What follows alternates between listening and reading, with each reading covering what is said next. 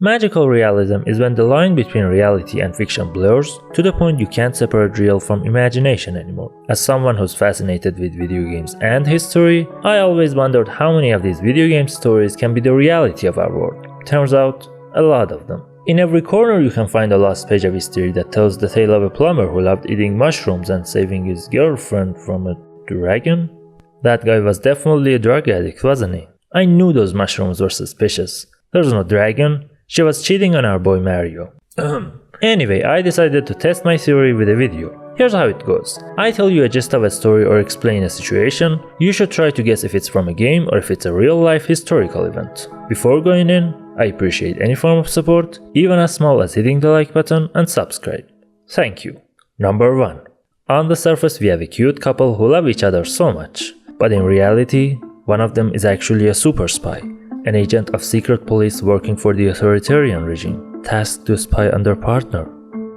If you thought about Tubi and Nier Automata, you're wrong. It's the East German civil rights activist Vera Lengsfeld. Her husband was a Stasi agent, East Germany's secret police, who only married Vera for the purpose of spying on her. There's also a similar story related to the actor Ulrich Muah, who ironically played the role of a Stasi agent in The Lives of Others. Number 2. An inside job terrorist attack by the US authorities led to nationalists crying for war against an eastern country that claimed thousands of innocent lives.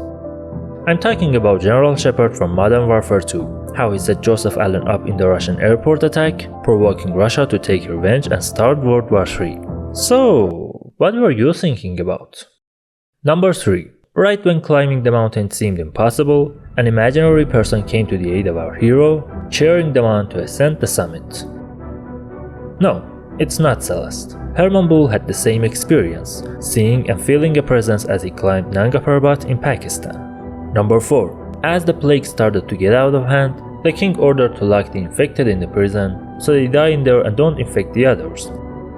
One might think about the Black Death pandemic in Europe, but I'm actually referring to the king in death cells. Of course, as the malaise spread faster, the prison quarters had no more room, so they started to burn whole villages down to the ground. Number 5. To save his kingdom from falling and his people to die, the king sacrificed his son to a god, to a great deity. Pale King is cool and all, but it's actually King Misha of Moab who sacrificed his son to a god named Chemosh, stopping the Judah army in their tracks. Number 6. An undercover cop infiltrates a criminal street racing gang to take them down from within.